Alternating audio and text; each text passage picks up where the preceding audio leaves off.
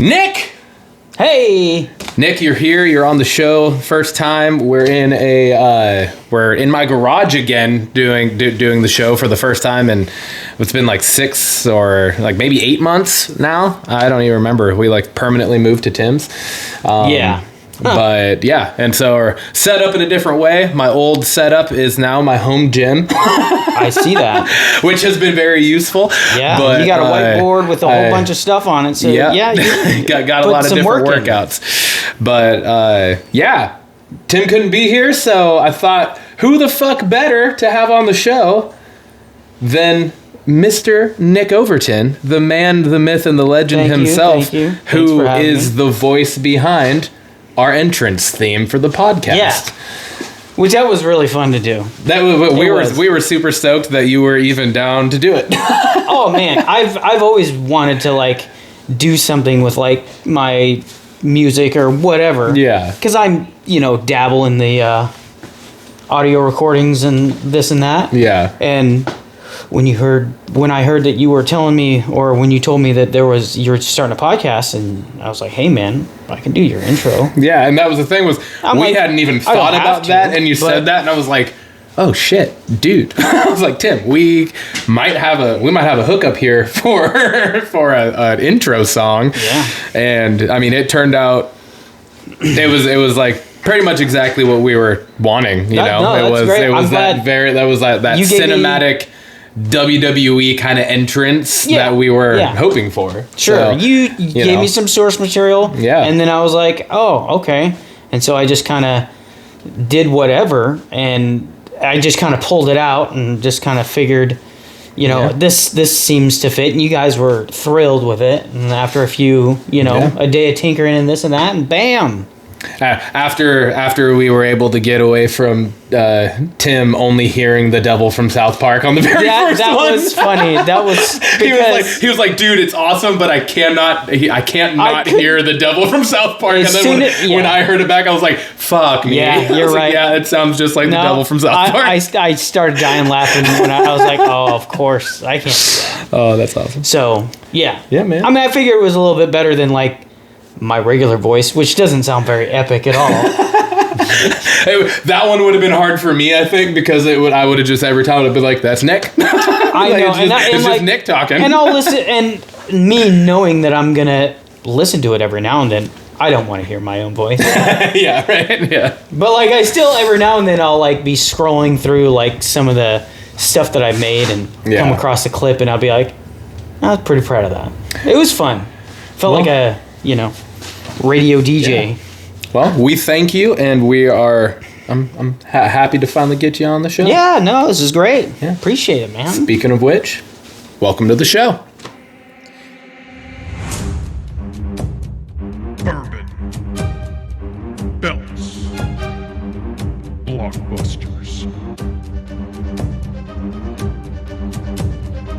You are listening to the Triple B Podcast.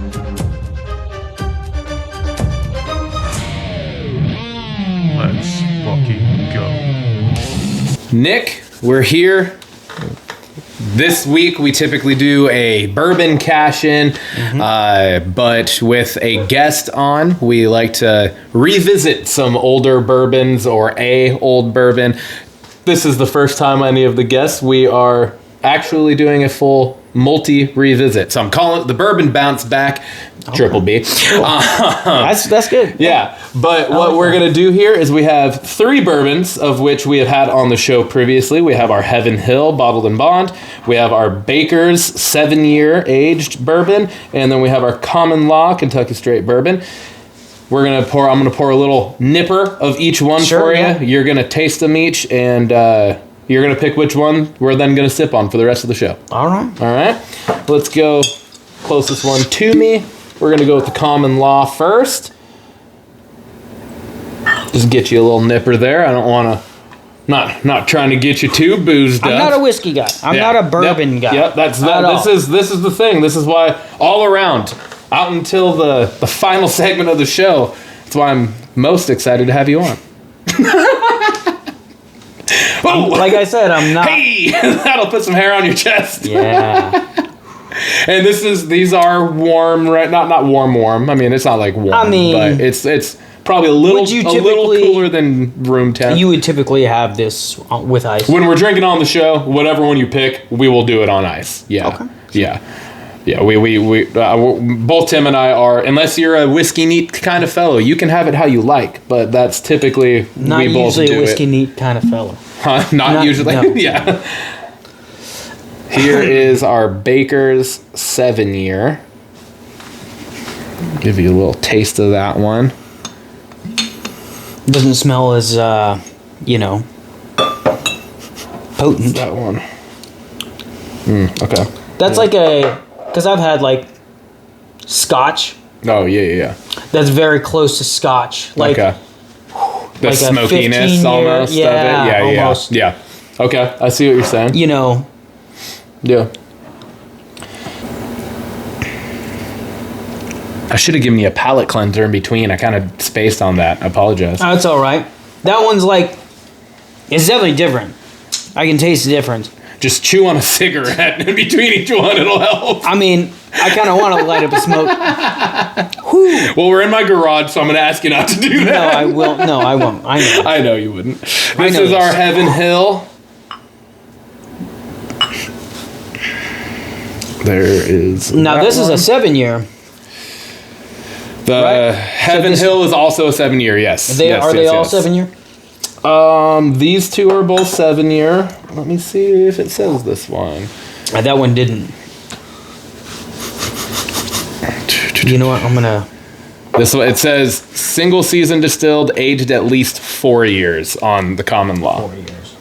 And I'm gonna be honest, off the top of my head, I don't remember what we rated each of these. There haven't been very many that we have rated like under a 7. There have been a few. Don't get me wrong. There have been a few. Now you gotta think. Definitely different. On ice. On ice. Chilled. Which one do you think? Which one are you going with? I mean, that last one's not bad, and I can definitely see drinking that on ice. Same thing with this one. Mm-hmm. And the first one is a little little smoky.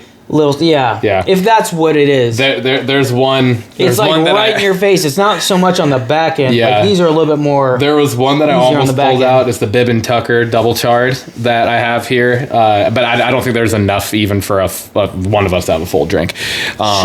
Which is surprising to me because it was when we first tried that one, we both were like, whoa, shit. Like it was so that smoky, woody, smoky flavor. We were just like, oh my God, it was so intense. And it was like double charred. So it's like, you expect that, but it was like even more so than we were expecting. We were just like, fuck, smacked you right in the face. Like fully enveloped your mouth. Felt like I was just chewing, like I was chewing on one of those logs up hunting. That might've been more pleasant. Who knows? All right. Which one are you going with? So let's go with this one. You want to go with the Heaven Hill? Yeah. All right. Not Hell bad. Yeah. No worries. Alrighty. We're going with the Heaven Hill. We got our ice in our glasses. Give you a finger. That'll do. No, you're not a big whiskey guy. We'll let it sit there. We'll let it chill for a minute. Chill. Maybe it might be a little more. No. And if you end up liking it on the ice and you want a little more, I'll let you know. Yeah, you let me know. I'll pour it for you. Yeah. But yeah, that was part of the reason why I wanted you on the show. Outside of just the fact that you are a part of what helped us create our show with the theme song, is really. We haven't had anybody on. We've only had 2 guests, right? It's been Nathan and Justin, and they're both whiskey fans. They're both wrestling fans, and they're both movie buffs and nerds, if you will. Sure. And not that you're not when it comes to movies. I know you're a movie guy. You like movies and shows as well. I mean, the first 2 segments of the show are not your forte, if you will. Sure. And so I actually thought it'll be an interesting episode conversations to be able to have an outside perspective on some of the stuff. Yeah. So yeah, that was what I was thinking. So moving into, and also, I don't know where you're at with any of the the old Seahawks either. Do you watch? Oh man, no, I haven't been. I saw this, but yeah. Yeah, no, that's fine. Yeah, that's why I want to put it on. No, I haven't watched. I've maybe watched a couple games this season, but yeah, for the most part, unless I'm like hanging out with somebody or out whatever. Yeah. You know, I'm sure over Thanksgiving football will be on whatever. Yeah, for you know, sure. the holiday gatherings and stuff. But yeah, I like football. I can't stick with it, you know? Yeah. So, like when we were doing fantasy, like you're tuned into the whole league, so you're paying attention to everything. Oh, I know, dude. And it was fun, but then after a handful of years, it's just trying to keep up. I'm just like, I'm not really, I can take it or leave it kind of thing. Yeah, you know? yeah, for sure.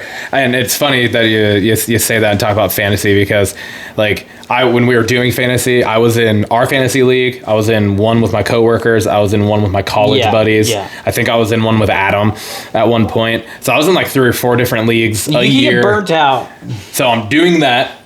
I was coaching football and trying to just like keep up with the Seahawks. Yeah. And I was just like, fuck me, man, this is way too much. So it's like I dropped fantasy a few years ago now. I haven't played fantasy football in 5 years probably now. Yeah, since we all did. Yeah, and so like I stopped with fantasy, just completely cut all that off.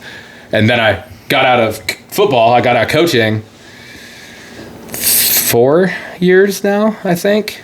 Me and Lindsay have been married 3 years this December, so it'll be this was the 3rd season then since I stepped down, because I stepped down right after our honeymoon, and I've been able to over the last few years just like fall back in love with just watching the Seahawks football. Like, sure, it's great to watch, dude, and it was legit to the point where I was like I was trying to track everything on fantasy. I'm coaching football. I'm watching so much film. I'm then like coaching games on Friday nights and doing coaches meetings on Sundays and everything. Then it's like I would find myself watching the Seahawks games and just like fuck me kind of thing. And now I'm just like, this is the only thing in my life that is football is watching the Seahawks. The Hawks. That's it. And primetime games, you know, every now and then. Like I'll throw the ending of a game on or something, but it's like I don't even watch. I'm not sitting down and just watching football on the weekends anymore either. No. Like I literally watch Seahawks for the 3 hours they're on, and that's all I have, and that's it. And it's absolutely fucking wonderful. Right. So do a little, because we do a Hawk Talk update every week. So real quick. Last Sunday, unfortunate, loss to the Rams, 21-19, division rival, probably our number 1 division rival right now. It was a big game. We were both 7-2 going into it, and our offense, Sam Darnold threw 4 interceptions, unfortunately, and some of which I would argue were not his fault, but regardless, 4 turnovers are not a way to win a game. But the fact that our defense is so fucking good that even with 4 turnovers, we had the opportunity and we kicked a potential game-winning field goal at the end of the game. It was just 61 yards, and we missed it. So it was like, considering everything, that's pretty fucking awesome. Like, that's pretty solid that even with 4 turnovers like that, and 3 of which were inside, like, our own 25-yard line is where they got the ball back. They only scored, I think, they scored off of only 2 of the 4 turnovers. And they scored 14. They scored 2 touchdowns in the first quarter, and our defense didn't give up another one until we threw a pick inside the 25-yard line again in like the 4th quarter. So it was like our offense shut down the number 1 offense, or our defense shut down like the number 1 offense in the league, or one of the top 5 offenses in the league. So it was promising even in a loss. We play Tennessee tomorrow, who's 1-9, and it should be an absolute, we should bend them over type of thing. Should. So hopefully they come to fruition and we're able to do that.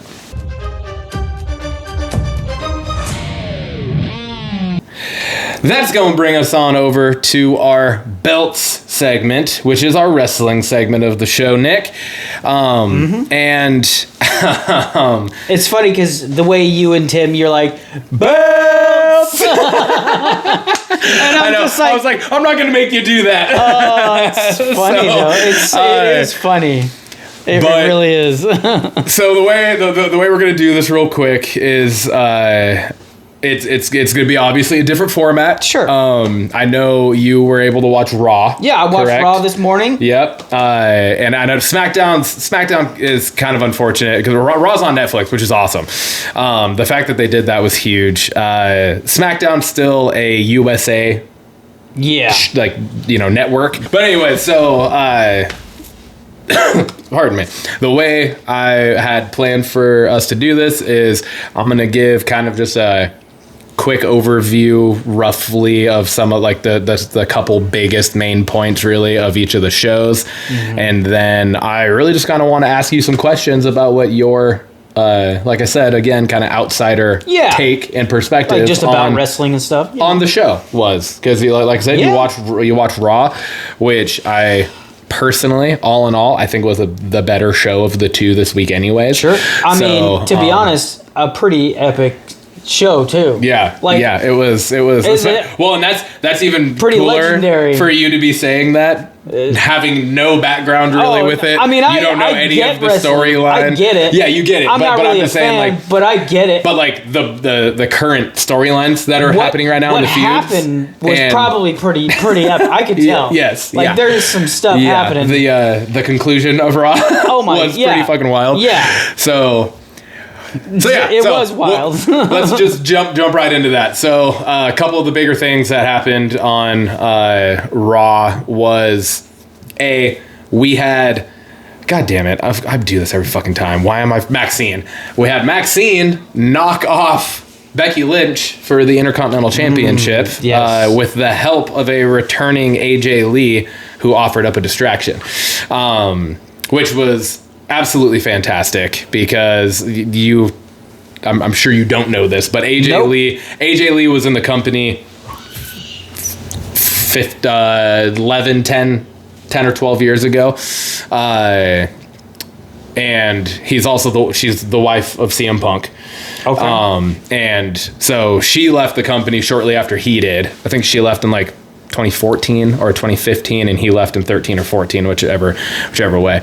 And she returned just a couple months ago for the first time in a feud against Becky Lynch and her husband Seth Rollins with CM Punk. That was like a couples feud. Sure. And it was awesome. Like we were all fucking stoked because it was the first time in 10 years or whatever that we've seen AJ Lee. And she was one from that era in the mid 2010s that wrestling wasn't really all that good. Yeah. But she was like one of the bright spots of it, and she like left and retired like hella early, young and everything, and everyone was like, fuck. And so her returning was huge, and then she had been off camera now for the last like couple months. And so to see her return, and then not only return but help Maxine knock off who Maxine is a character who has been kind of just like a sidekick for some tag teams, like the manager of a tag team, and hasn't really been all that great in the ring. But you can tell that she's been working a lot. She's been in this feud with Becky, and Becky's phenomenal. And she has improved so much that we're all kind of like we're like, fuck yeah, Maxine, let's go. And so it was cool. It was a really cool thing for us to be able to see that. Right. One of the other things that happened is Gunther, a returning Gunther also, in the Last Time Is Now tournament to face John Cena for his final match ever. Will take place on, I think it's December 13th at Saturday Night's Main Event will be John Cena's final match ever. Ever? Yeah, ever. Like he came back for the year of 2025 on a retirement tour. Like he has announced he's retiring at the end of this year. He will not wrestle again after this. He doesn't want to be one of those guys that says I'm retiring and then comes back for 71 more matches. Which is one of the reasons why I'm like, yeah, this is a pretty epic episode. Yeah. Like this is a crazy show. Like what unfolded just in the first 20 minutes, 15 minutes, the first match, whatever. It was pretty crazy. You know? Yeah, for sure. And So yeah, we get Gunther coming back. He's been off screen for a little while after he lost the World Heavyweight Championship at like SummerSlam or something. It's been a few months. Get him coming back and facing Javon Evans, he's in the it's called NXT. It's WWE NXT. It's like their develop. It's not developmental. I guess it is technically a developmental brand, is how you would probably say that. But anyways, newer wrestlers that's like a good It's literally it is their developmental brand. So it's like you like start their actual match, developmental stuff, and then they move up to NXT. Yeah. And then once they've done certain things on NXT, then they'll get called up to the main roster, which is Raw or SmackDown. And Javon Evans, holy shit, man. It's pretty entertaining to watch. That dude is so fucking good in the ring, and it's crazy, and especially against he was a dude to watch. That is like the stature and just kind of the ring presence of Gunther. Because Gunther is... Yeah. He's not so acrobatic, but he has like that brooding... He is like your old school, like back in like the 1970s style wrestler. Like George the Animal Steele, kind of Nikolai Volkov kind of wrestler. He's that technical wrestler. He's going to do more of the ground and pound submission style stuff. A lot of counters. Of just... and dead strikes stopping stuff, you know? And so it was really cool to see Javon Evans be able to because there's certain moments or times in moments like that where it's like a younger guy has this opportunity to really show out, and you'll be able to tell like during the match that they're like in their own head about it, and it like they end up the spot gets too big for him kind of. Yeah. This was not the case. Javon Evans fucking put on a show. Dude. Yeah, it was pretty good. You could tell how they were working, and it was it was they were having a Javon Evans did amazing. Killer match. And I would put it up there with me and Tim talked last week about a promo that happened where we were like, it was really impressive because it was Dominic Mysterio, which is Rey Mysterio's son. Right. Dominic Mysterio coming out. Yeah, Dirty Dom coming out and interrupting John Cena. Yeah. And he put on calling him out. So this happened again on this week, but the previous week was Dom came out as the Intercontinental Champion, and he interrupted him and just like was talking shit and like gave a promo. And me and Tim had been talking about how we're like, dude, how many people have gone toe to toe with John Cena on the mic? And now John Cena wasn't doing something like he wasn't burying Dom on the mic 2 Raws ago, but he was still like. A lot of guys will come out and be on the mic against John Cena, and again, it'll be like that moment is too big for you kind of thing, and they'll stumble. It is pretty big. It's happened to Roman Reigns. It's pretty big. It's happened to countless people, and for Dom to come out as like the first time he's ever really been in the ring against like with Cena in that kind of moment, what unfolded was pretty epic. Yeah, and he just fucking like. Stood toe-to-toe with him, and I was in my mind watching the Javon Evans and Gunther match. I was like, that was like the match equivalent of that promo, because I was he easily could have like folded or just been making a bunch of mistakes because of he's just like hyped and he's against Gunther and all this, and it didn't happen. But Gunther ends up winning the match, moving on in the tournament, which I wish it would have been Javon Evans just for the sake of the fact that it's like, push this fucking dude. And Gunther doesn't need the push to retire John Cena. But anyway, so that was that. But going back to what you were just alluding to, the opening of Dom once again coming back out against John Cena. Yeah. And them setting up the rematch for the Intercontinental Championship this coming Saturday, a week from today, at Survivor Series War Games was fucking awesome. And once again, Dom, in another moment that very simply, he could have stumbled, he could have fumbled stuff. He fucking did. He did great. He held his own. Yeah. And me and Tim have both said, and Justin a couple weeks ago, they were talking about it too. He is the future of this fucking company, is Dom, and it's crazy. And it was one of my answers from one of the questions that we had on last week was when we get to the point where we're able to have current talent on our podcast, who would we want? And my answer was Dirty Dom. Really? Because he has such a unique perspective of the business. Okay. Because he was actually he's the only character I can think of that we have seen in a storyline as a child. Okay. He was in a storyline back in like 2004, 2004 with Eddie Guerrero and Rey Mysterio. Mm-hmm. It was like a custody battle thing where Eddie was claiming that he was Dom's dad. And then Dirty Dom 2 weeks ago brought that up, and Ray, or no, maybe it was last week, 2 weeks ago. Yeah, it was 2 weeks ago, because Ray confronted Eddie, or Dominic, and brought up Eddie, and Dom responded to Ray, his actual dad, said, "You keep my father's name out of your mouth," talking about Eddie Guerrero, bringing up a storyline from fucking 22 years ago when Dom was like 8.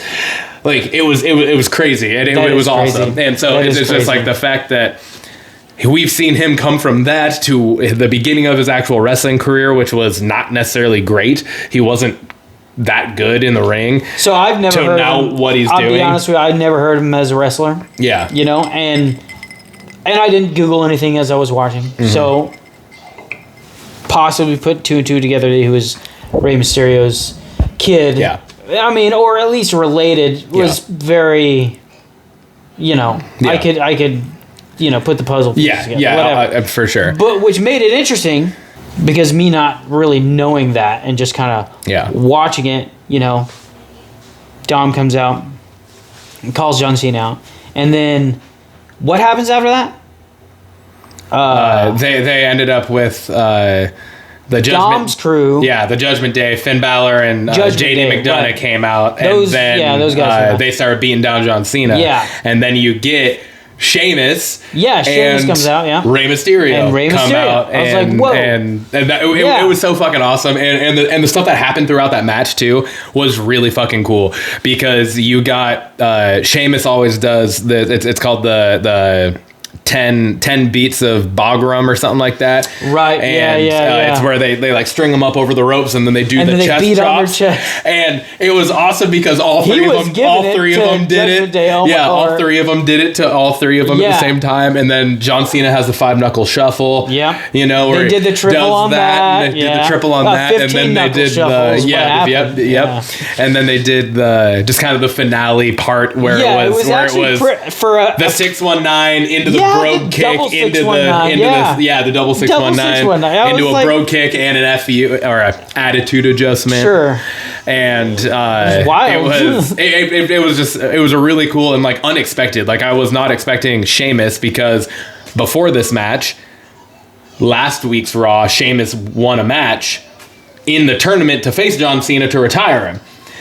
And so I was just like, oh my gosh, this is awesome. So it was just cool to see like 3 older dudes in the business against these 3 younger dudes in the business. And it was like a Avengers Assemble type moment, right? Like, it was cool. Yeah, it was pretty crazy. Yeah, even from that, cool. I was like, wow, that was a great match. Yeah. Not even expecting that the you know, right off the gate it's gonna go like this. And so my expectations were a little high, coming into the rest of it. Yeah, after watching that. The other cool thing with that too, that segment, was the fact that was John Cena's final time on Raw. Yeah, that on was Monday his Night last Raw. That was the basic. I thought it was really cool because it would have been so easy to just put him back in another singles match and have him win another singles match in his final Raw. Right? It would have totally like made sense. Nobody would have batted an eye at that. But for it to end up being his final match on Raw is a 6-man tag match with Sheamus and Ray. Yeah, I mean, it was insane. It was really cool. It was really cool. Got to go out with this huge thing. Speaking of Avengers Assemble type moments, the conclusion of Monday Night Raw was pretty fucking epic. That was pretty epic. You get the 2 shows, so for you to just kind of give you a little backstory as to what this all was. Right. I can tell. Survivor Series War Games is it's a pretty crazy match. So it's a 5-on-5 match, and the match itself, it's 2 rings side by side, and both surrounded by one big cage. Okay. Right? And it's like, as you can imagine, it's all like hardcore, no DQ stuff. Like, weapons always get brought into it, all sorts of shit. But the way it works is it starts 1v1. and the other 4 people from each team are at the top of the entrance ramp in like a cell, like a cage type thing. Yeah. And they get let out one at a time, alternating. So it's like the team that gets the upper hand with the initial come out ends up 2-on-1 against the guy that's in the ring. The match doesn't officially start until all 5 people from each team are in the ring. So what? So the whole beginning part is just them beating the shit out of each other and trying to get an advantage.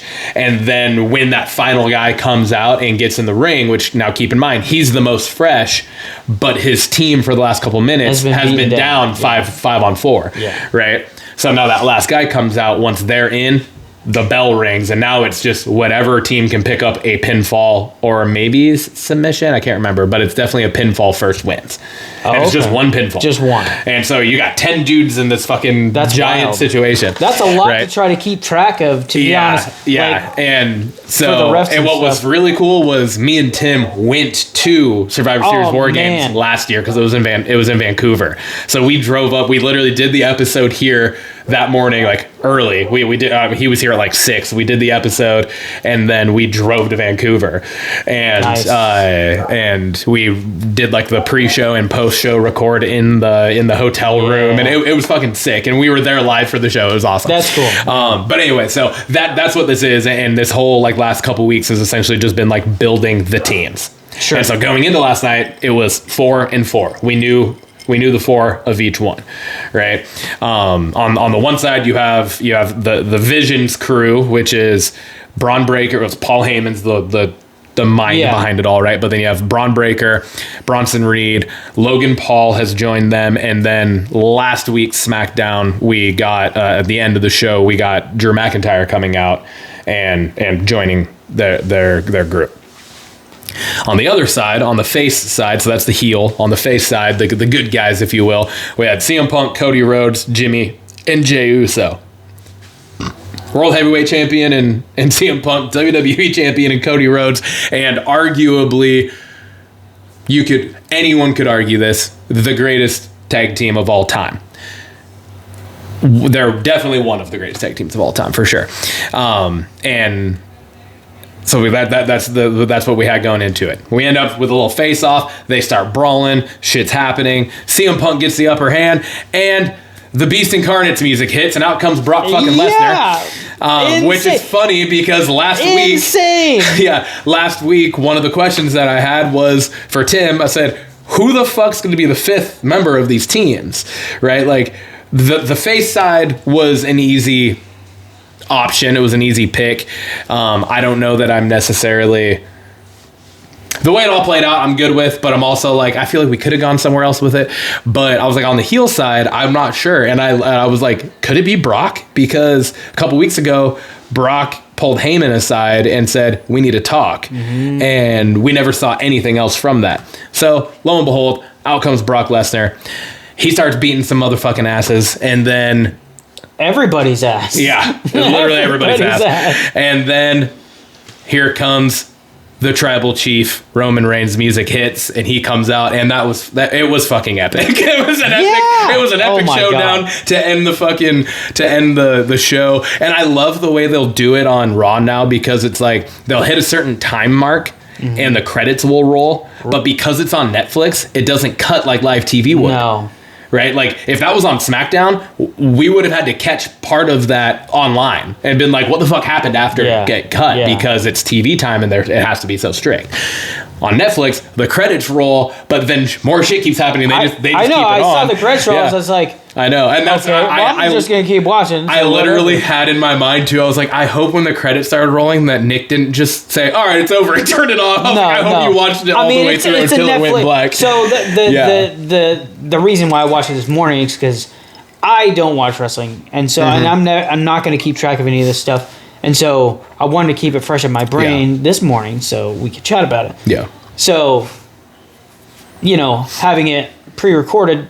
And when you could just watch any time after it debuts is great. Yeah. And I never like sporting events and stuff like that on like a streaming service. I've never really, I don't even watch, old football, previous week football, games or nothing like that. But But yeah, so Yeah, and the nice thing too about, because I usually don't watch it. Like, I'll start it when it's on the nights, but it's like they you end up either they both finishing come it up on throughout the 5 week or whatever, something. and then I'll finish it throughout the week. And the nice thing is it like almost fully cuts out the commercial breaks. It does. So totally it makes does. it actually a much faster watch if you wait than watching it while it's on, because you can watch it quicker. I mean, And that makes sense because it was only like less than 2 hours. yeah, but the actual show when you were watching it was probably 2.5. Yeah, right. Right, because of the commercial breaks and all the stuff they have to do.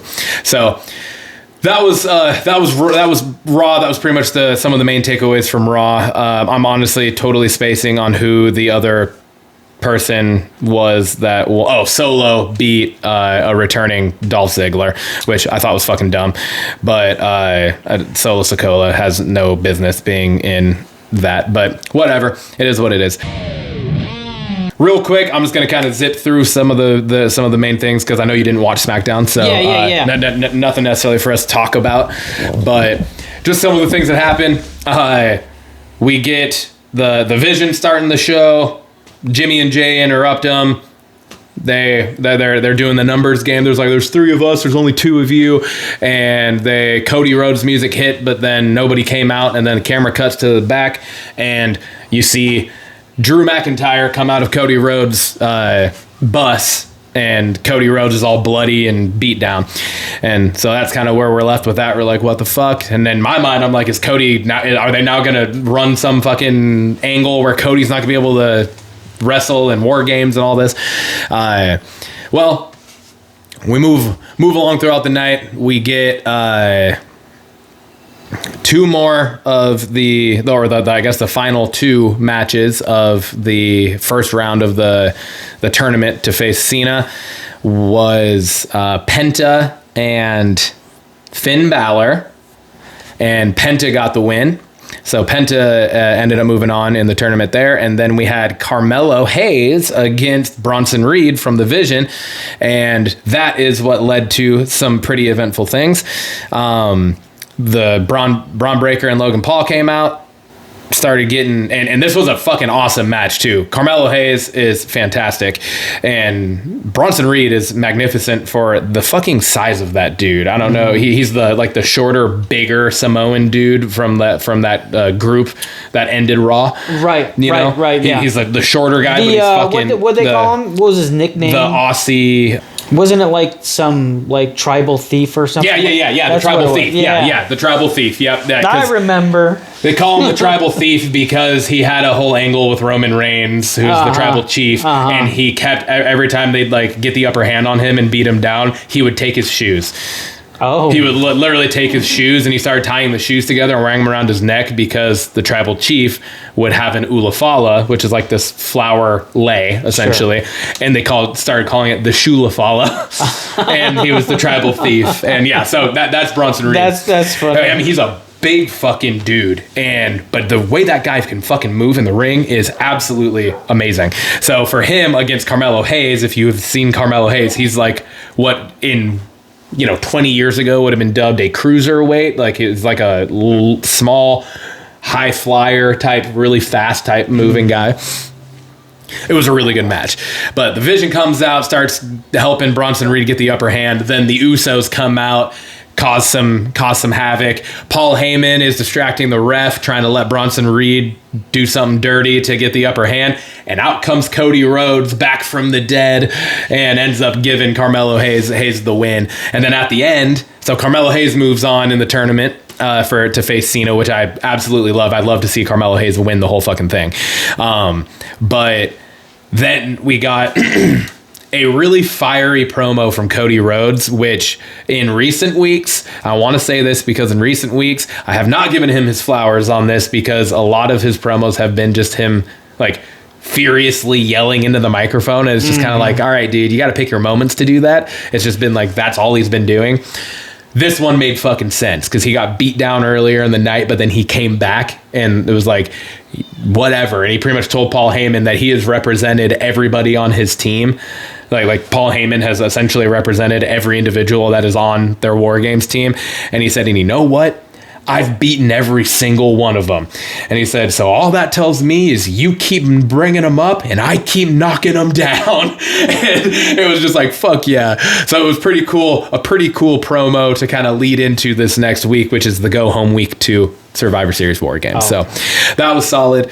And then the show ended with what was probably the biggest reveal of the night, which was the finalizing of the women's War Game match, and the which you saw a little bit of stuff take place on Raw. It was, you had Rhea Ripley and Io Sky, Alexa Bliss and Charlotte Flair all out in the ring, and Charlotte Flair ended up saying that she can't trust Rhea Ripley and walked away. Right. Yeah, I remember. Yeah. So that's the one of the women's War Games matches. And later on the show, those 3 got attacked backstage by the 4 other women, which is Nia Jax, Lash Legend, the Kabuki Warriors, which is Asuka and Kairi Sane, and that's the heel side of the other women's team.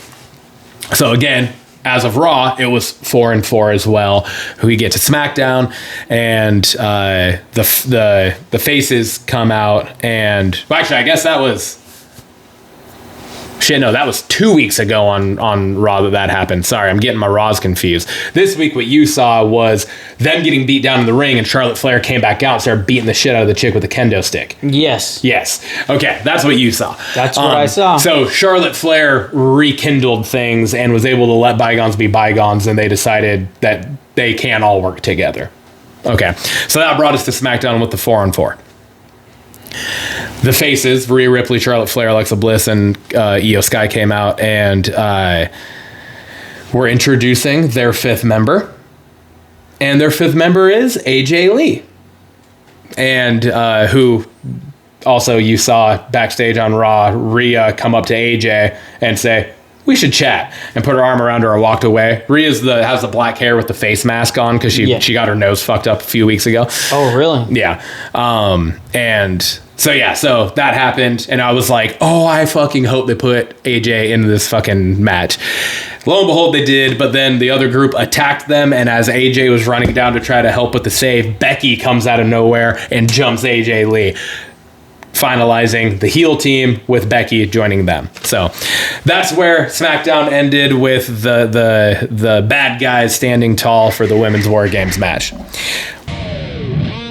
My questions of the week this week for the belt segment, Nick, are really just some questions just to get your perspective, but being someone that did you watch any wrestling like growing up at all, like way back in the day at all? No? Okay. So this is like literally you understand the product, you get how it works, all those things, like you're not oblivious. Before I never did. So like, going over to your guys' house growing up, you were always like playing wrestling video games, and you and Nathan were both watching wrestling. I knew you guys were both into wrestling. Yeah. Jason, not so much. Mm-mm. Me, I never watched it, but my parents, like, I want to say they didn't let me watch it as a kid. Maybe. Yeah. I don't really remember. But it was just never on. Very possible. Yes. Yeah. It's kind of like, yeah. But I remember it was popular at school, like, middle school, whatever, 6th grade. Yeah. All the kids that we grew up with watched it, and they always talked about it, this and that. So it kind of piqued my interest at one point, and I watched like a couple times on, because we had satellite growing up, so we had a million channels and stuff. So I caught something. I don't know if it was a Raw or a SmackDown, or it wasn't a pay-per-view, obviously, because my parents didn't watch it. But it wasn't until like the first girl I dated, she was into wrestling. Oh, okay. Which is strange to think about. She watched Raw, like, because her, previous ex watched it, and she was a big John Cena fan. So this was maybe 2007. Yeah. 2008. Yeah, that would have been huge. That would have been like right around the time where Cena was starting to take over the main, like over as the guy in the company. Yeah. So, and I'm just like, I'm like, you like this stuff? And I'm like, wrestling's fake, right? Yeah. In the sense of, it's not like, It's not a boxing match or a UFC match where it's like... It's not like high school wrestling. Yeah, no. It's not like a sporting event. It's a show. Where it's undetermined, right? Yeah. It's all predetermined stuff, the outcomes. Predetermined. There's people play characters. There's this... But, the athleticism and the showmanship. And to be honest, watching Raw, this last Raw... I would have loved to go to that show and just watch it. Dude. That would have been so sick. That was our fall last year, dude. It was so dope because they did like a full Pacific Northwest tour essentially, to where like September of last year they were up here for SmackDown. So like I think I'm trying to think of if SmackDown was when all 6 of us went. Nathan and Tally, Tim and Haley, and me and Lindsay all went. And that was awesome. And then we drove up to fucking Vancouver for War Games. And then the following Monday, so that was a Saturday, we drove up Saturday morning, drove back Sunday. And then Monday after work, we drove up to fucking Angel of the Winds Arena in Everett to watch Raw. And it was fucking awesome. And there was another show we had gone to in that time frame too, or within those few months. It was dope. And so like they are awesome live. It's so much fun, and like you hear all the chants and stuff from the crowd. Quite the theatric show, and that's what they're there for. Exactly. You see John Cena up there in the beginning when he was just he's like, he loves it on sitting in the ring, and dude. The fans just taking it in. Well, and it's bittersweet for him too, because these are like it is bittersweet. It was Raw. You can tell, yeah. It's this coming Saturday, and then it's 3 weeks from today. Yeah, those are the last 3. So he only has he's here 2 more times, so he's taking it all in, and you can tell that, and it's fucking awesome. Like, well, and me previously watching him, however many years ago that was. Almost 20 years ago, or almost 20 years ago. Almost 20 years ago, yeah. And I'm just like, oh, okay, this is, so when I was watching it then, I only watched for maybe 6 months, but, it was a pretty common thing. Rey Mysterio was he was one of my favorite ones. And also seeing him in this on Raw, Monday, I'm just like, what are the odds I know, of dude. Yeah. me coming on the show and this week's Raw, I'm like, holy crap. So that's why I was just like, I could tell it was something. This is a historic episode almost. Really. I mean, like legit. It was Cena's final Raw, so it was definitely like, I would say it was historic, and it was in Madison Square Garden too. So it's like, of all places too, this is one of the biggest wrestling venues ever, right? Like, it's always been like Madison Square Garden is where they host some of the biggest fucking things. So that all being said, I just wanted to throw some of these questions out and just get your take on them. The first one I got here is, well, I guess we just kind of covered that, was what's your history with wrestling? Sure. So the next one is, what was your initial gut reaction to the entire production? The crowd, the lights, the music, the cameras. Did it feel more like a sporting event? And you already kind of alluded to this to a point. A concert or a movie, TV show? I mean, what was your takeaway? So I've been to at least one MMA event. Obviously that was like, because it's closed ring.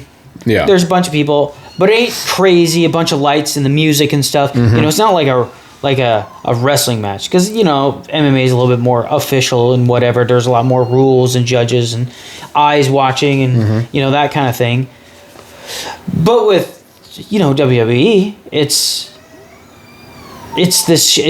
a production. It's a show. It's like it's made to be epic and awesome and badass, and you want to draw the people in. So that's why the characters are so crazy, and it's pretty cool. I mean, it's one of those things that I would like, going to the event would probably just heighten it even better. Absolutely. Rather than just like, just the event as a whole, not necessarily if you're a regular wrestling fan, of course, watching it all the time is going to be, that's what you want. But going to the event, even if you're not a wrestling fan, would be pretty pretty cool. Yeah. You know? Oh, for sure. And it's funny that you bring that up because you know who Tom Segura and Bert Kreischer are, right? Yeah, Two Bears, One Cave, their podcast. So I used to listen to, I don't listen to it. I listen to Two Bears still. I used to listen to Your Mom's House podcast, which is Tom Segura and his wife, I watched Your Mom's House. Yeah, I definitely watched Your Mom's House. And this is years ago now. This was like my first year teaching. So it was like 8 years ago.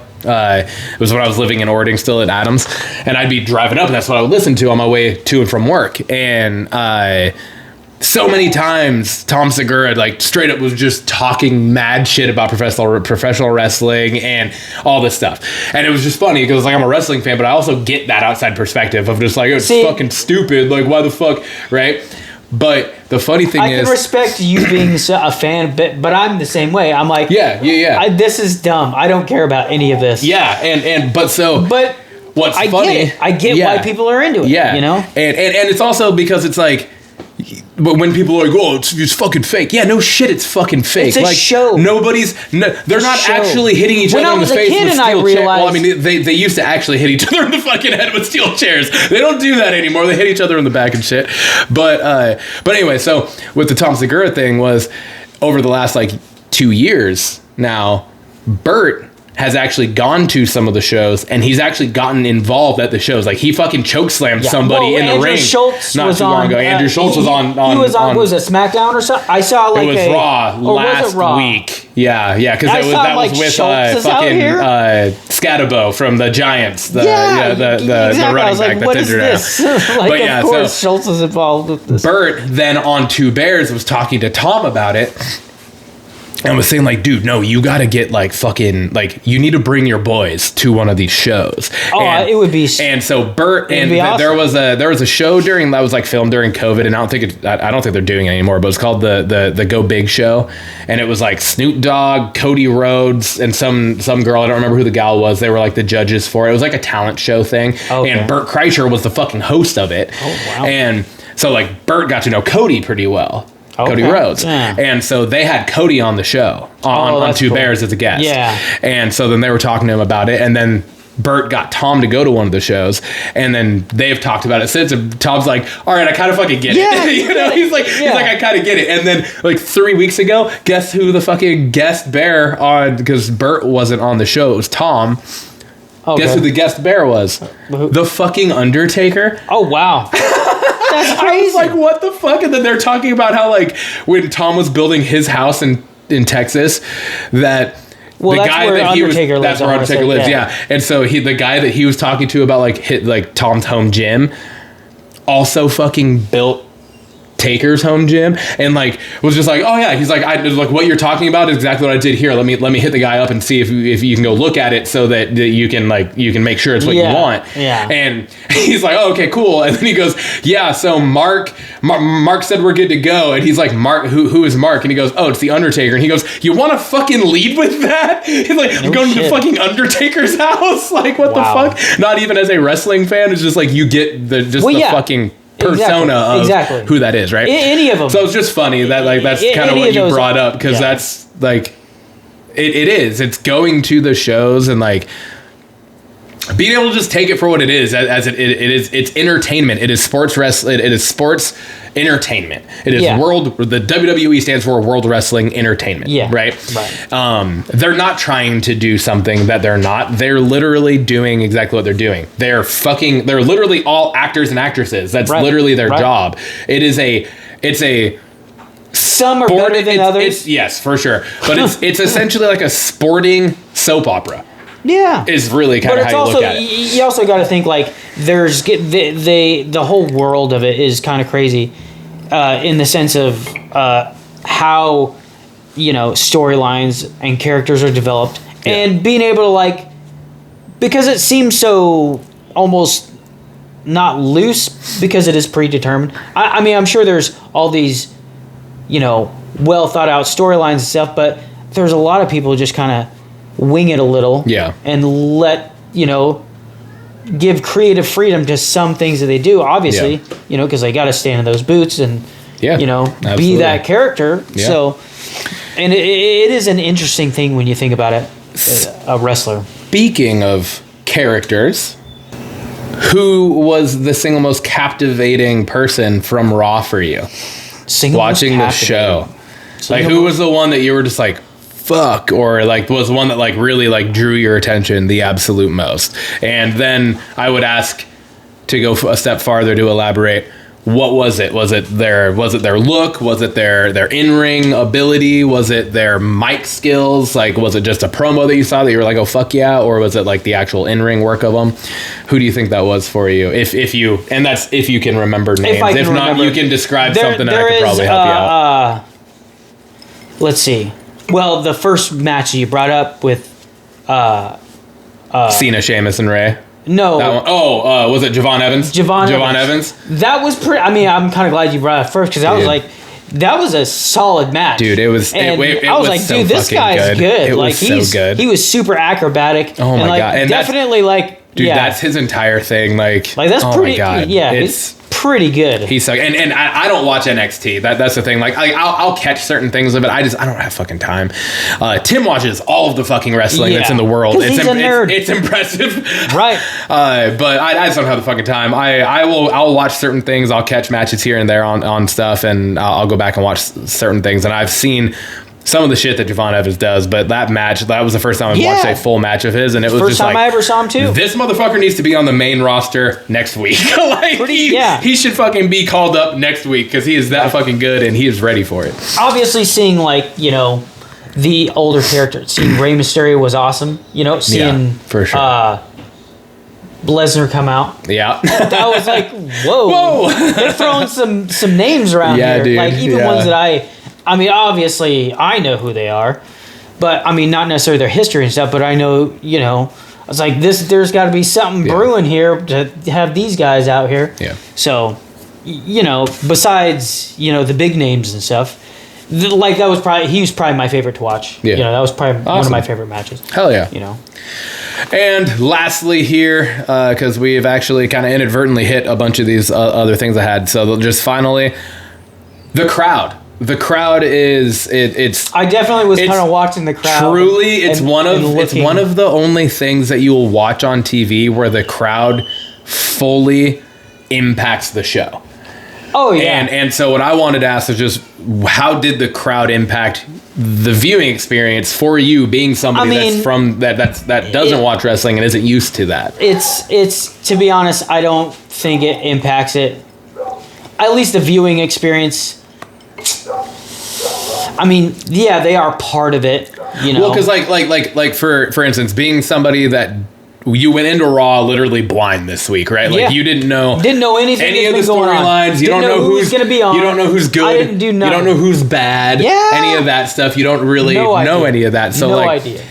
Did the crowd? What was any of it? Did the crowd kind of give any of that away for you, like alluding to of course. who you're like, okay, this person's good. Out, like, boo. Yeah. Or like when they go insane when somebody wins a match. You know, it's just like pretty clear. Well, and it's so funny because it's like somebody like Dirty Dom, who we were talking about. Mm-hmm. He's a heel. He's a heel character. He's a bad guy. Right. Yeah. But the crowd it was kind of mixed. Loves him. It was kind of mixed. Loves him, dude. It's kind of crazy. It's so good. And even because like he's last year. Mysterio's kid, though. No, but that's actually. You would think? That's not the reason. And that's the thing. That would just be my That's the thought thing. process. Exactly. Yeah. Being from the out. Yeah. Definitely on the outside perspective there.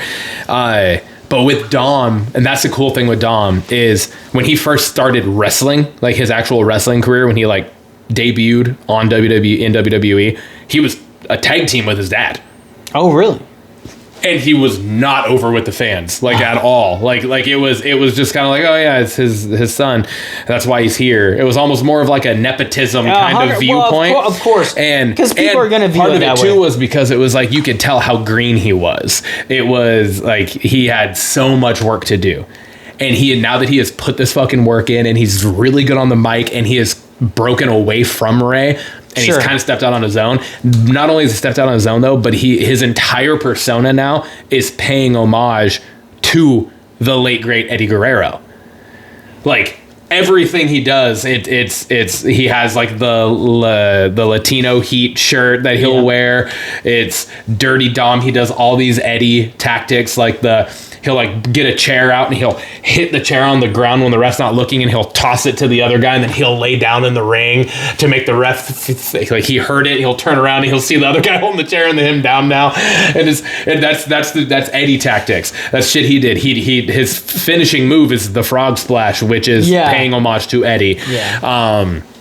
It's just so much stuff, and he's broken out on his own, and he's just been able to completely turn everything around and make his career, and literally to the point where I've seen articles and stuff about people talking backstage, like behind the scenes stuff about like big names right now, like Cody, Rhea Ripley, John Cena, people like that, talking about Dom is literally looked at internally as the future of this company, right? Which is fucking cool. It's so cool.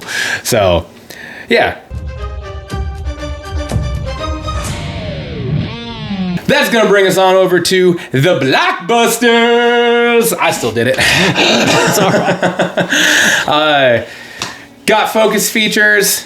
All right, so for our focus features this week, we got a couple things. First thing up is Hunger Games: Sunrise on the Reaping.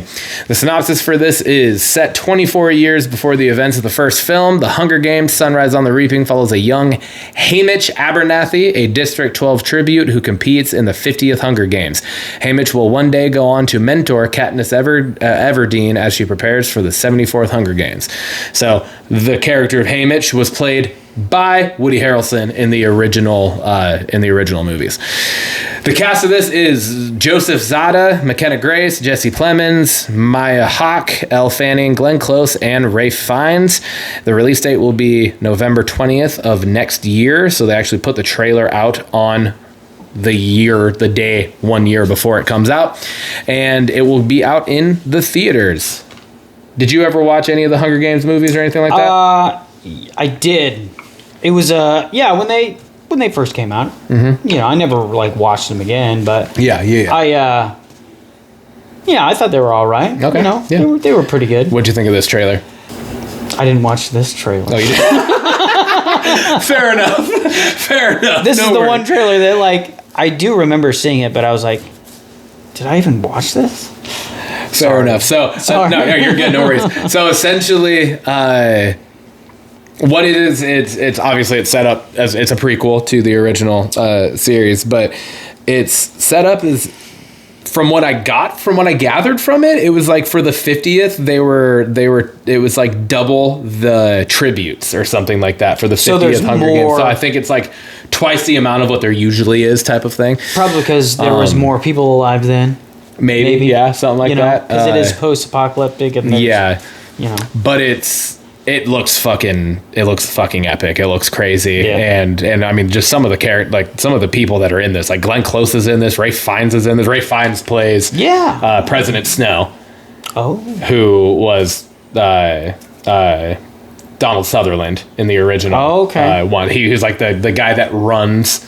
Is it Pan Am or whatever the main place? Okay. So yeah. Anyways, and then Glenn Close plays what looks to be a similar kind of character as Elizabeth Banks' character. Yes. Who did the "May the odds be ever in your favor" in the original? Glenn Close plays totally a character that looks similar like that because she's all like done up, and she's the one that's like talking to the crowd of people and stuff. So I don't know. It looks really good. I'm stoked for it. I loved these. I loved these movies. I thought they were awesome. There was only 2 of them that previous came out, right? 3 of them, maybe. I think technically 4. 4. Because maybe I didn't watch the 4th. Hunger Games Catching Fire, and then it was Hunger Games Mockingjay Part 1 and 2. Oh, okay. So yeah, I watched. So yeah, I'm pretty sure I watched. Yeah, and then there was. I swear to God, there was something else that they put out that was in the Hunger Games world, but I didn't watch it, and I could be wrong on that. But, anyways, so yeah, that way it looks good. I'm stoked for it. 1 year though, damn, they put the trailer out a ways away. Yeah, but it looks good. I would definitely recommend going checking out the trailer after. You watched this one though, right? I did. Okay. I did. This watch is the one that I texted you, and I was like, "Yo, if you don't have something, I have one because I just watched this trailer and fuck, it looks fucking good." So this is called Mercy. The synopsis for this is: in the near future, a detective stands on trial accused of murdering his wife. He has 90 minutes to prove his innocence to the advanced AI judge that he once championed before it determines his fate. The cast of this is Chris Pratt, Rebecca Ferguson, Annabelle Wallace, and Chris Sullivan. The release date will be January 23rd of this coming year, and it will also be out in theaters. This looked very Minority Report-ish. Like that's where the vibe that I got. Was Minority Report was the first thing that came to mind. There.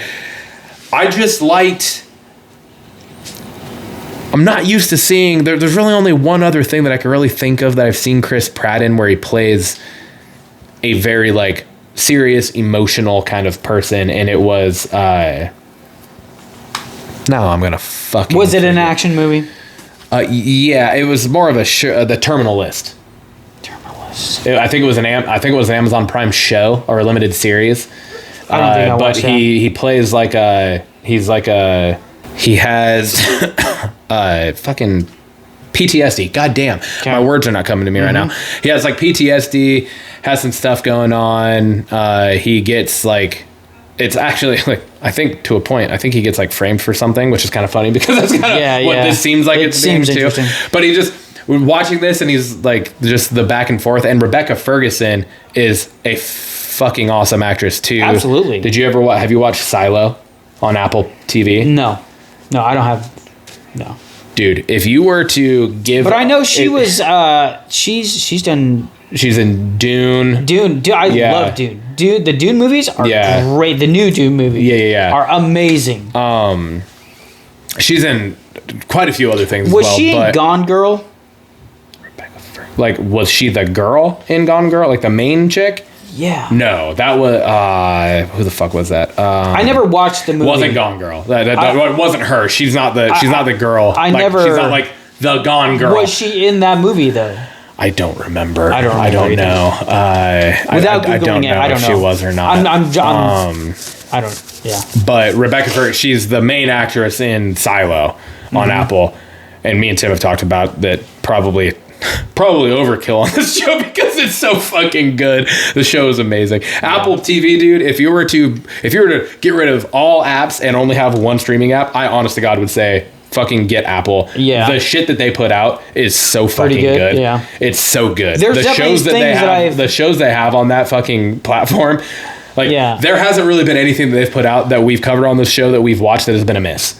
Everything is just like, holy fucking shit, this is amazing. So I would definitely recommend it. And she's fantastic. This movie looks really fucking intense. It looks crazy because it's literally like, it looks as though like the trailer starts, he's like waking up and he's like he was like knocked out and then put on trial, right? And then it's just like, this is what happened. You have 90 minutes to prove your innocence or you're getting put to death. Yeah. So it's just like, what the fuck, right? So I thought it was, excellent idea. Like, cool story idea. Well, especially with like the lean into AI. The concept of it was pretty cool. But I feel that like, this is like, you'd watch this on like a Black Mirror episode or something. Oh yeah, maybe. Like I feel that like, I don't know. I don't have high hopes. I think it'll be all right. Yeah. Maybe all right. But I feel that like it's a good idea that that's like you would see it on Black Mirror or like, because it doesn't seem very, it almost feels like I don't know. I don't know where my mind's going with it, but it didn't quite strikes, like it didn't really catch. I was like, it is a good idea, but I don't know. I don't know if I'd watch it. I'm not like excited for it. Fair enough. What I mean? Yeah, fair enough. That's bringing us on over to What's in the News. Again, the segment where we just cover new trailers and stuff that come out, a little just not as in depth.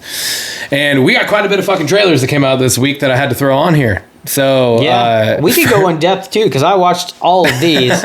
We don't have to go. No, I just mean like not as in depth as like the focus features where we do like the synopsis and the cast and the and all that stuff. But it's just like we'll just bullshit about the actual trailers themselves. So first one up we have which. Kind of a strange. It's the live action Moana. Moana is a big hit in my household with a 2-year-old daughter. Yeah. And I mean, I've heard of it. I like you've heard of it, so you've never watched Moana. No, I've never watched it, but I've heard of it. So it only makes sense. Not surprising to me. The movies actually like the actual original Moana and Moana 2. They're actually good fucking movies. Mm-hmm. Like a lot of the Disney cartoon movies are really good, solid movies. Moana, in my opinion, is actually, I think, one of the better ones that they've put out in a long time. And the live action one looks, visually stunning. Looks great. So there was a couple interesting things when I was trying to find the trailer. I found a lot of... You were trying to find it. Well, so I was just like, I know I could have just clicked the link. But I was just like on YouTube this morning. Oh, gotcha. Like drinking my coffee. I was like, Nick, you could literally I linked it for a reason. I know. I was being way too lazy to go in my email and scroll I woke up this morning, I was like drinking my coffee. I'm like, and I was just looking at what trailers you had up. And I was like, so I looked up on YouTube and there was a lot of AI trailers. There? Okay. And you could tell it's like Dwayne Johnson, and it's like, this is AI. What's going on here? Yeah. And then eventually it kind of took me a few just to kind of thumb through and find like the actual minute and a half long trailer. Yeah. That's the nice thing about like anything that I put on is from a specific website that I've been using for fucking 20 years now. That it's like if it's on there, it's real. That's kind of the thing where I'm like, it's a trusted resource for me. Well, I feel the reason why those AI videos exist, and especially like trailers, like spoof trailers, you're like, what is this? They're all like fan made ones that are like, oh, this is what we're hoping for, but kind of thing. The trailer didn't really like allude to anything.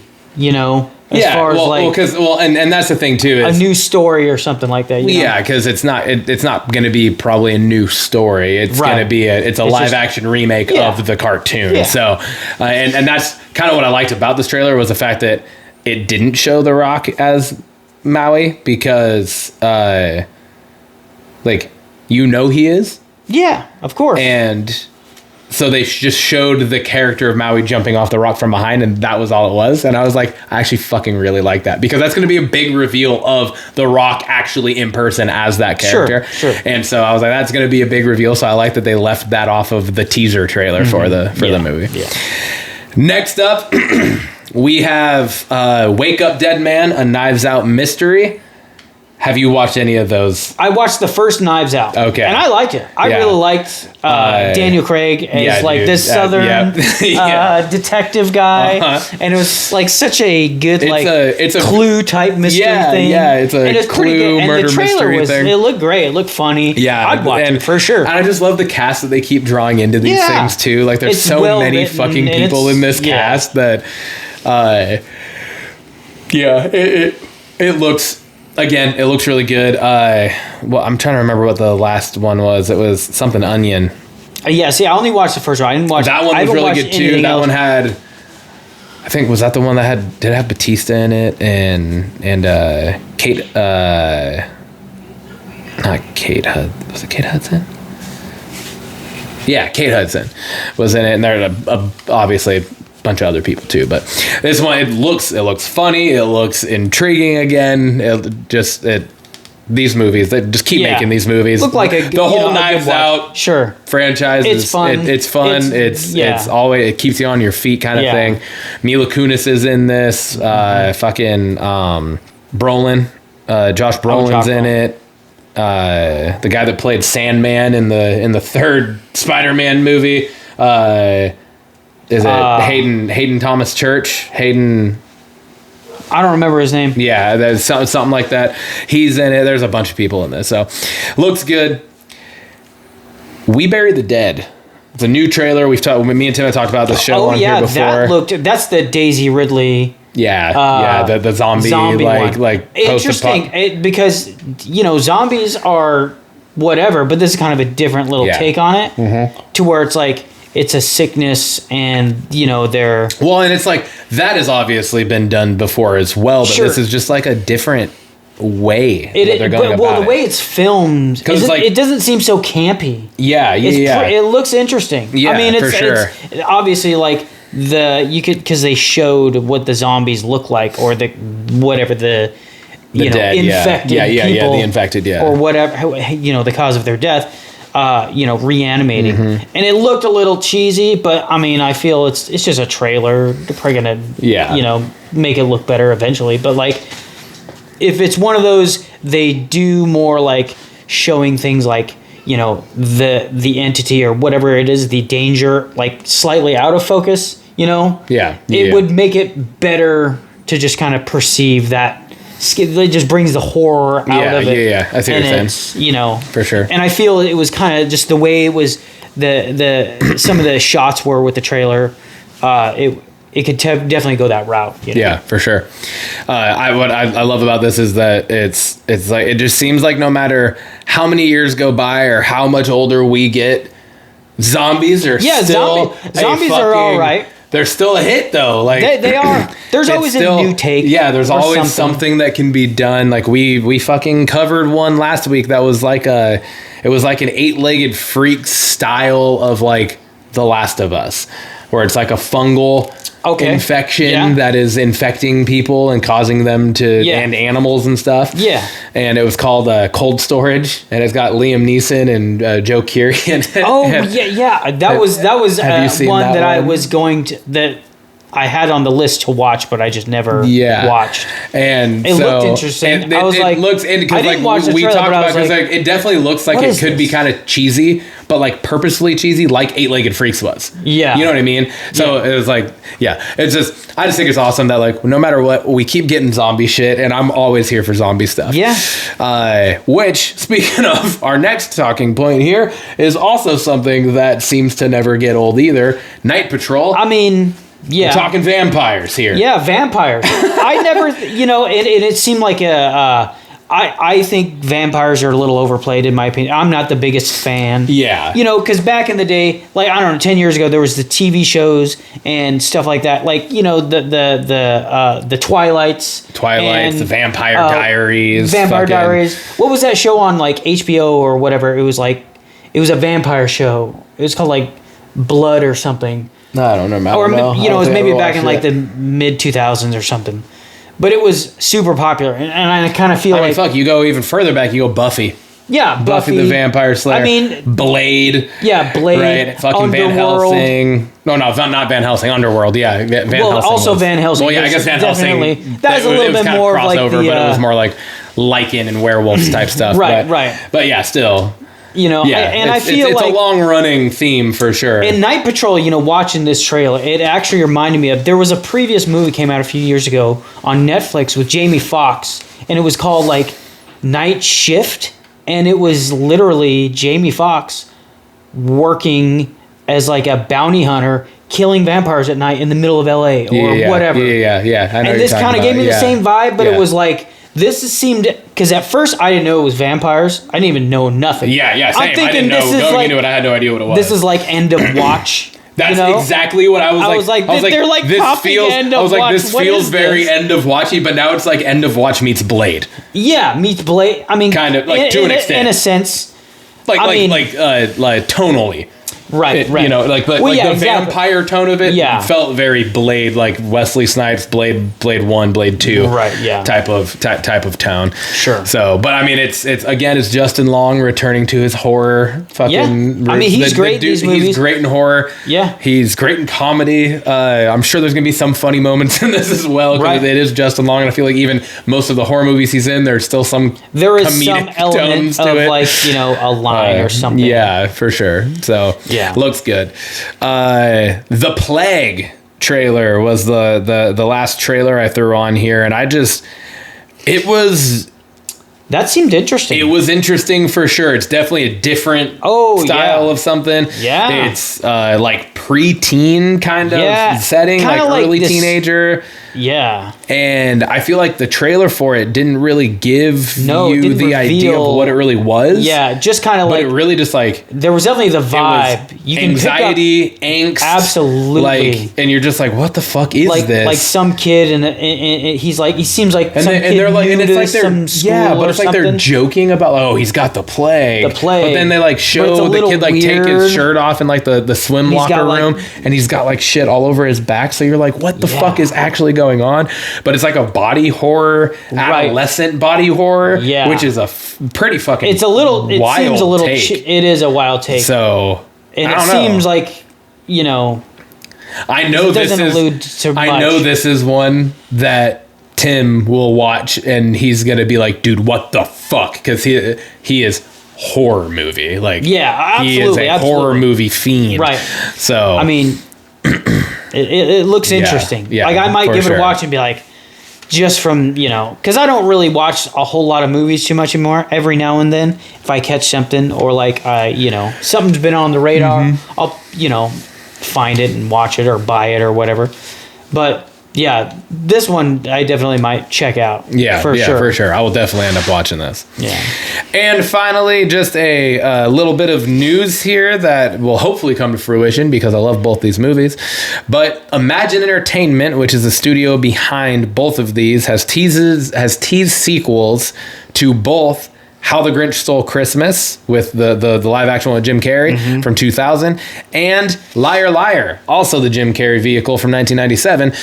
I read that and I was like, fuck yes, because those are both two of my favorite Jim Carrey movies. So Liar Liar, goddamn, Liar Liar probably is my favorite Jim Carrey movie, and How the Grinch Stole Christmas is my favorite Christmas movie and will forever always be my absolutely. favorite Christmas movie. So I have also seen stuff from Jim Carrey talking about how he would be open to reprising the role in a sequel for The Grinch as long as he could do mocap.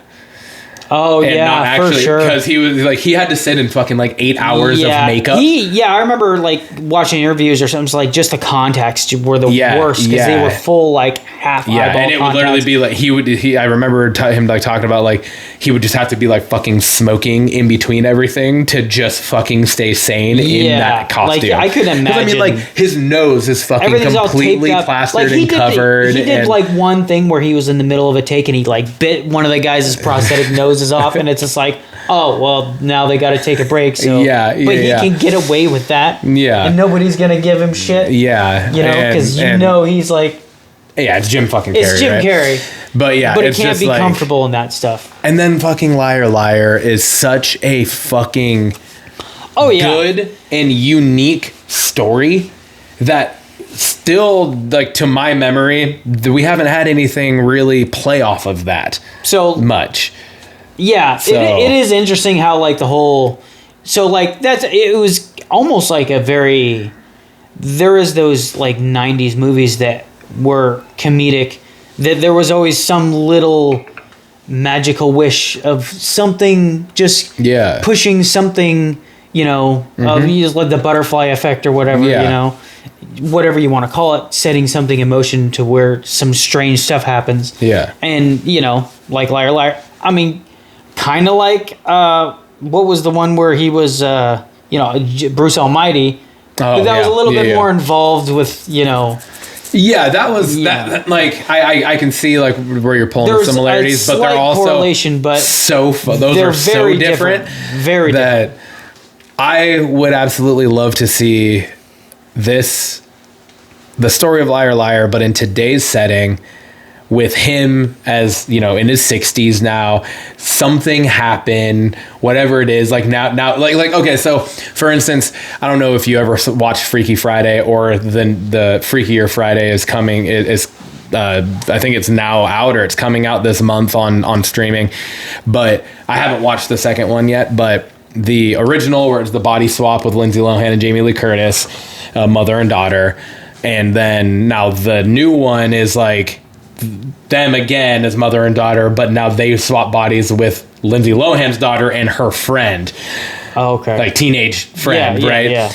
I would love to see a kind of play with that, where it's like Jim Carrey and his son, now grown up, both end up in a situation where the grandchild makes a wish where it ends up where both of them are interacting within it. Oh, okay. You know what I mean? Sure. It would just be cool. I mean, you can say that about a lot of things. Yeah, for Depending, sure. I mean, as far as like the 90s Jim Carrey, you can say that about The Mask. Oh, and yeah. I think they tried to do something with that. Well, they did a sequel to it. But that was with... I mean, that was with Jamie Kennedy, yeah, right? Jamie Kennedy. And I don't think Jim Carrey was involved or anything like that. No, he wasn't at all. And it wasn't good.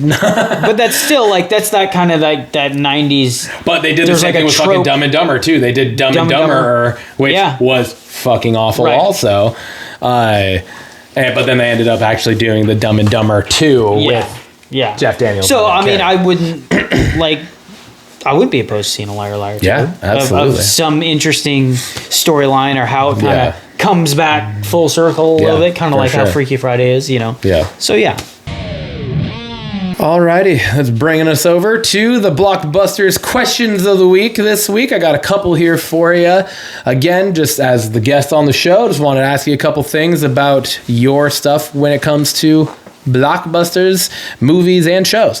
So, first off, what is your all-time favorite movie, Nick? Can you pick one? No. How do I answer that? I know. It's always ridiculous. The hardest question. I have kids at school ask me that all the time, and I'm just like, fuck, man, that's hard. But I always, my fallback is, not fallback, that's not a good way to say it. My answer is almost always Patch Adams with Robin Williams. Yeah. It's the one, but I mean, depending on the mood I'm in, depending on what I want to watch, depending on the genre. There's so many good movies out there. If you were to pick a favorite genre, what would you pick? Favorite genre, probably like sci-fi. Okay, I'm a big sci-fi guy. Now, if you had to pick a movie within now you're trying to narrow it down. Okay, what would you say one of your my favorites? I mean, shit, The Matrix. Oh yeah. I mean, yeah. And the fact you bring up The Matrix, very interesting, because The Matrix is one that they like turned into a franchise that they easily could have just ended with the first movie and no one would have batted an eye. Yeah, they didn't really need to drag it out. It's one of those where it was like the first movie in and of itself was a masterpiece. Absolutely. Absolute fucking masterpiece. And the way it ended would have been the perfect ending to just be done with it. Yeah. But it was also the perfect ending to set up another one. Right. You know what I mean? But like they could have gone either way. Yeah. And people would argue that they should have left it at the first one. But, you know, I mean, I think the second one was still pretty fucking good. I mean, it was okay. But like, to be honest, in the grand, like when they came out, I mean, I was in high school. Like The Matrix is cool, you know? Yeah, for sure. And then movies coming out where, you know, nowadays you look at some of those movies that came out then, you're like, bam, this is like bad CGI. They're not written very well. The acting really isn't the greatest. You can tell that's like, you know, they're just pumping these out because they can. Some movies hold their own, obviously, you know, either because it's either a concept or like not even how well it was like shot or you know, the production quality, but just if it's a solid movie. So a few months back when Robert Redford died, I decided to watch, you know, in honor of him, Jeremiah Johnson. Yeah. Excellent movie. And it's from like the 60s. And I was like, man, this movie still holds up. Yeah. It was so good. So, you know, just kind of. Yeah, for sure. If the story's good and it's, you know, whatever. Yeah. Next question I have here for you. Talk about streaming. What's your perspective and take on the world of streaming in regards to film? Like, do you think it's better? Do you think it has hindered? Do you think I think it's better for shows rather than film. Yeah. You know? Yeah. And that's why I specifically put about movies specifically, because it's, you got to think of the world of theater, right? Yeah, of theater. Going to the actual cinemas. And I haven't been to the movie theater in years because of streaming. There you go. I see that it's because when you see movies come out and like promos, whatever, interviews, and you know the actors and stuff are going around, they're promoting their movie and whatever, and realistically, depending on the studio or whatever, they only get money via like ticket prices and stuff, or like that's how they get paid. Yeah, I think I don't really know as far as like the return. You know, the box office. Yeah. But like when stuff releases to streaming platforms, I feel there's a lot that can just gets there's a lot going on. Like there's too much influx of movies and stuff. There's a lot of gems that get buried. Yeah, dude. There's a lot of stuff that, but that's okay because you think about it at times when you're like, you're sitting there, you know, and you're like trying to find something. There's nothing to watch. It's just like, no, there's plenty to watch. You're just not in the mood for something. Yeah, and you're maybe just that's the thing is like tired of just. But it's to the point now where it's like we're so oversaturated with content that it makes it harder to choose something now. Absolutely. Right? So I grew up a block away from the movie theater in Roslyn. I used to go there so much. And it was like a, you know, every week type thing. Every week or 2 weeks there was 2 movies playing. Me and my sister would go down. It was $6 to get in there. $3 for a big old thing of popcorn and $1.50 for a soda. And I watched so many movies out of that movie theater, and it was like an experience, you know, every time you went. It was great. Nowadays, it's still the same, man. I know it is, but it's still it's like, more expensive. It is more expensive. But everything is. I'm like, yeah. At this point, I want to say the last movie I went and saw in a movie theater, it was probably with you, and it was Star Wars. It was when the Star Wars would have been Super Troopers 2. No, it would have been Super Troopers 2. That's right. You're right. It would have been that because that came out after the Star Wars movie. We went out to we went out to where was that? I think it was like Federal Way or something. Federal Way. Yeah. But there was nobody in that movie theater. Yeah, there wasn't. It was not people. A hit. Well, Super Troopers 2 though. Wasn't a hit. That's kind of a niche. Right. Audience, I liked the movie. It was me funny. too. I thought it was great. Hilarious. You know, our warm up for it probably helped with that a little bit though too. Yeah, absolutely. But finally, here to wrap up the show, is there a show, specifically a show that you have been watching at all that you would recommend to people? A show. Yeah. I mean, currently, so I watch a lot of Amazon Prime. You know, if anything, I watch stuff on Amazon Prime just because, you know, I use Amazon. It's convenient. I'm already paying for it, so I might as well just watch the shows.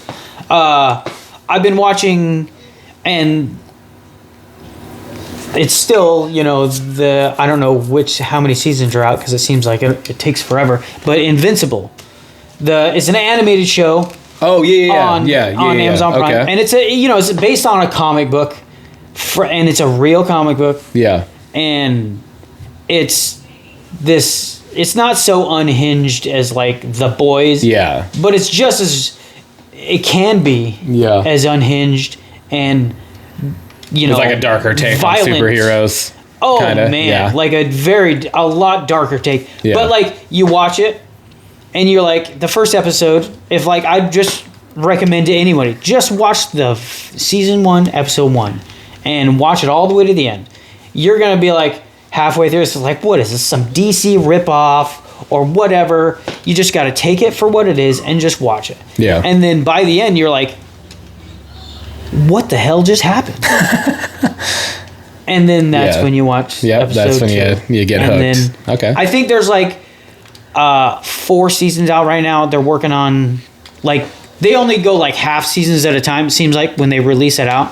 But yeah, it's been one of my most anticipated. Obviously, like Fallout is another great one. Oh yeah, I mean, we watched fantastic. That, and that was kind of like a I'm so weird excited whim for the second season. That me and Nathan were chatting about it one day, and I'm like, dude, you guys watch Fallout?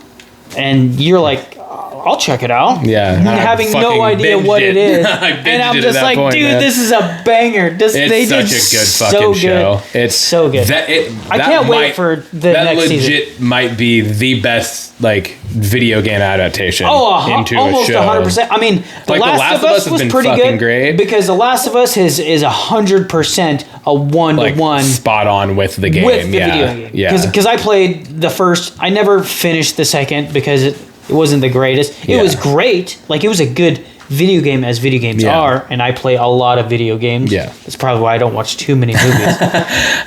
But for what it was pretty damn good. Yeah. So, Yeah. Awesome. Mine's just real on the nose here because it's something that me and Tim just talked about last week, but Pluribus on Apple Plus. Oh, okay. It's fucking phenomenal. It's from the makers of Breaking Bad. and it's like this shit. And it's all. Did you ever watch? Is it the same universe type thing? No. Did you watch Better Call Saul? Part of it, but yeah. The actress, not all of it. The I forget who. I don't know. I didn't watch it, so I don't know what the name of the character was in it. But Rhea Seehorn is the actress. She's the blonde chick. I think she was like Saul's like girlfriend, lawyer girlfriend, maybe. Yeah. In it, if that's what I've heard from coworkers that talk about this as well.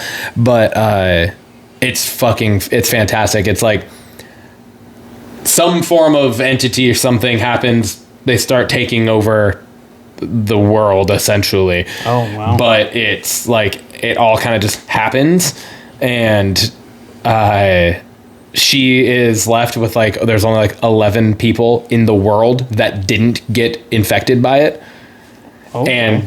But it's like a hive mind thing. So pluribus is it's actually like the unofficial United States motto. Yeah, because it's like e pluribus unum. Yeah, and it's on the dollar bill, it's right? Like, it's and Latin it's literally like something. one for all or something like that. And so it takes it kind of takes that. And it's like a play on that because it's like the hive mind thing. And so it's literally like everybody on the earth now thinks exactly the same, and like they all can just talk to each other from everywhere. Right. And now it's her and there's 11 other people from around the fucking world that are left that didn't get it, and like the things are talking to her like through her TV. Like there's somebody like a news anchor is on TV and it's literally just like through the TV talking directly to her. Right. And like saying like pretty much telling her like, oh yeah, we're trying to figure out how we can get you to join us. And she's just like, what the fuck is going on? Like, it's fucking wild. It's a really good fucking show. That is an interesting concept because it's really cool. Like that idea has kind of been, if you've ever watched Rick and Morty, that idea has come out in a very comedic sense, but like, the fourth wall breaking, the TV talking back at you because, in a comedic sense, So, but in how you're talking, the context and the show, Pluribus, that seems like a crazy idea. You said it's a show? It's a show, It's a show, interesting. It's a show on Apple Plus, and I think last night, I think it comes out Friday, so last night was either episode 4 or 5 came out. Okay, so it's still pretty new. I've watched the first 3. It's still pretty new then. Yeah, and it's so far it's fucking phenomenal. So interesting. That is an interesting concept. All right, well, dude, that wraps up episode 77. I appreciate you being on the show with me. Having me. Hell yeah, dude. It was awesome. And I always give it a snap. Let's fucking go.